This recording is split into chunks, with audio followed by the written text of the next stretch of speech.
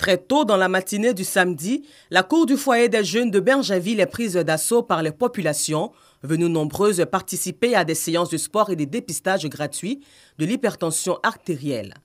C'est une initiative de l'association Madream for Africa en collaboration avec la mairie de Bergenville. Une activité visant à prévenir et lutter contre les maladies du cœur avec pour slogan « Pédalons pour le cœur ». Notre santé est notre premier capital.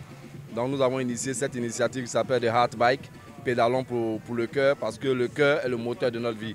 Et il y a une corrélation entre le vélo et le cœur. C'est pour ça qu'on a associé le vélo et le cœur. L'aboutissement de cette initiative, c'est inciter la population à faire du sport, à se faire dépister via les maladies cardiovasculaires, parce que c'est très important de savoir notre état de santé pour pouvoir faire des projections dans l'avenir. Il est important de connaître son statut et le cœur, vous le savez, est un organe, sinon je dirais l'organe le plus important.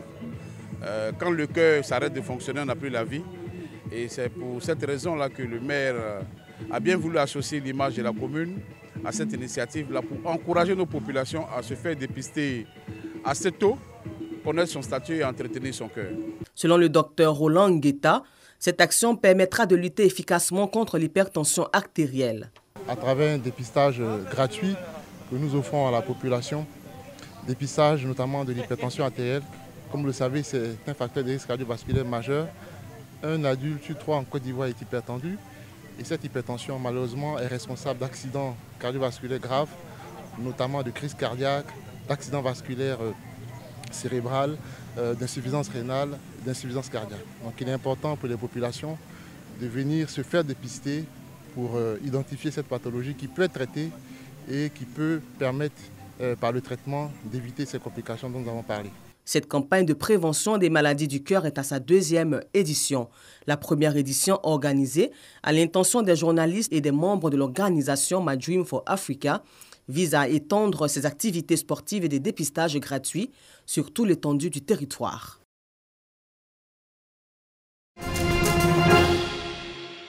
Nous sommes à la cérémonie de la rentrée solennelle de la Jeune Chambre internationale Abidjan, une initiative qui vise à présenter les nouveaux membres et les projets du groupe pour le mandat de l'année 2022. Le message à ces jeunes, c'est vraiment de prendre à cœur ce qu'ils font à la Jeune Chambre. Nous apportons notre soutien moral, notre présence, nos conseils, nos avis quand ils vont le demander et on reste là à leur disposition.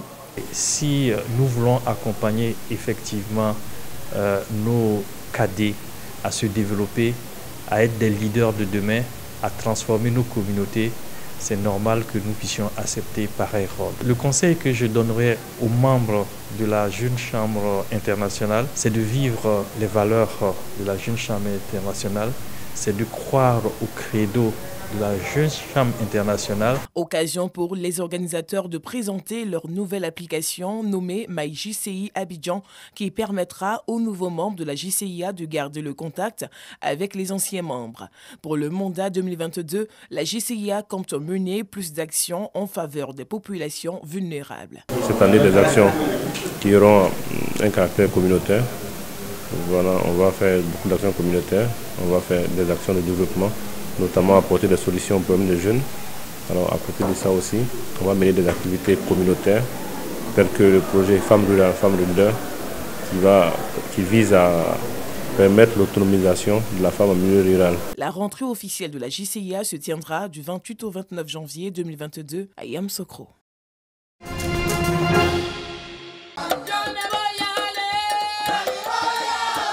C'est par une veillée de prière à la place publique de Grigueux, dans le département de Zoukoubeu, que les fidèles chrétiens de l'église évangélique Holy Fire International ont démarré les festivités marquant la première convention de la dite église.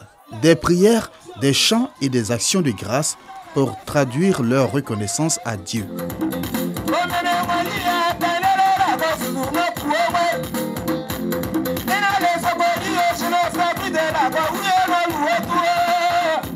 Le thème de cette convention, c'est rendre grâce à Dieu et être reconnaissant, que ce soit à Dieu et que ce soit à nos prochains. L'Église a commencé à un moment de crise très aiguë en 2002. Nous avons traversé beaucoup de situations Nous avons imploré Dieu, nous lui avons demandé certaines choses, il nous les a accordées, mais il faut un moment s'arrêter et puis reconnaître, regarder en arrière et reconnaître les bienfaits de Dieu et lui dire merci. Les fils et filles du département de Zoukoubeu n'ont pas voulu se faire compter l'événement. Ils sont venus de partout pour marquer leur attachement à l'avancée de l'œuvre du Seigneur. J'ai été vraiment content de voir ma communauté se réunir pour pouvoir célébrer Dieu, pour pouvoir dire merci à Dieu en fin d'année. C'est une rencontre religieuse qui est vraiment très importante d'armer nos fidèles et de leur dire de s'attacher à Dieu et d'être reconnaissant de ce que le Seigneur a fait durant toute l'année, afin que ça soit bénéfique pour l'année prochaine. L'église évangélique Holy Fire International entend faire de cette convention une institution dans l'église pour toujours célébrer les bienfaits du Seigneur.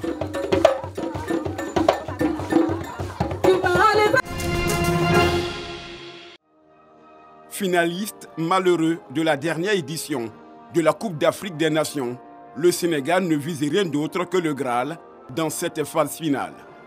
Pour leur entrée en lice, les Lions du Sénégal ont échappé belle. Tenus en échec durant de longues minutes par le Zimbabwe, les coéquipiers de Sadio Mané ont semblé peu inspirés. Un manque de rythme qui s'explique en partie par une forte chaleur au coup d'envoi, mais aussi par le manque de préparation des deux équipes et les absences de part et d'autre liées au Covid. Mais le Sénégal a finalement réussi à arracher la victoire au bout du temps additionnel grâce à un pénalty transformé par Sadio Mané. Une victoire étriquée qui permet toutefois aux Lions du Sénégal de prendre provisoirement la tête du groupe B.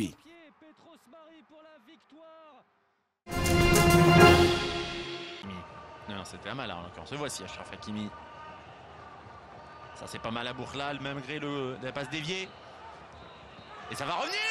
Ça revient jusqu'à Sofiane Bouffal. Il était là au bon moment, au bon endroit. Ah là, il y avait beaucoup de réussite dans cette action, plein de contre-favorables et surtout voilà, cette dernière contre-favorable de Thomas Partey qui avait intercepté le dribble de Zakaria Bourlal et puis il y avait Bouffal au milieu de tout ça. Oui, du coup qu'il a raté, Partey qui est contre malheureux. Quand on travaille et quand on a des objectifs, forcément, on ne s'arrête pas dès le premier échec. Donc, être tout simplement derrière nous, on a juste besoin de ça, on a besoin de rien d'autre. Je pense que la dernière compétition où on a participé, elle était bonne. Il nous manquait rien. On a montré un bon visage. Je pense que les Ivoiriens, je pense que c'était la seule fois où j'ai senti vraiment, à part 2015, mais cette compétition-là où on est sorti face à l'Algérie, j'ai senti beaucoup d'enthousiasme autour de l'équipe, beaucoup de soutien. Donc c'est le même, on repartira avec le même état d'esprit, mais forcément on aura besoin des nôtres. Et puis voilà, être un peu plus, on va dire, indulgent avec cette équipe-là. À chaque fois qu'on vient ici, on vient pour donner le meilleur de nous-mêmes. C'est ça que les Ivoiriens doivent comprendre. Je ne parle pas beaucoup parce que j'essaye de m'exprimer plus sur le terrain. Donc, on est là à la CAN et puis je vais faire tout ce que je peux pour le pays, quoi. Tout mon contingent ici à Douala, on finit notre préparation. Certains joueurs qui ont eu le Covid récupèrent bien, même si c'est un petit peu long. D'autres qui ont joué en Europe sont arrivés un peu empruntés par le voyage et l'accumulation des matchs. Donc voilà, on essaie de récupérer tout le monde et de récupérer un maximum de fraîcheur avant le début de la compétition. Il me manque 2 joueurs. Sébastien Allaire qui devrait arriver aujourd'hui et Jean-Daniel Akparak Pro qui devrait voyager dans les prochains jours. Donc Sébastien est dans les airs, il va atterrir ce matin à Douala à 11h30. Et JD est dans son club à la Lazio. Il a eu un Covid qui s'est un petit peu compliqué, donc il fait tous ses examens pour essayer de nous rejoindre le plus tôt possible.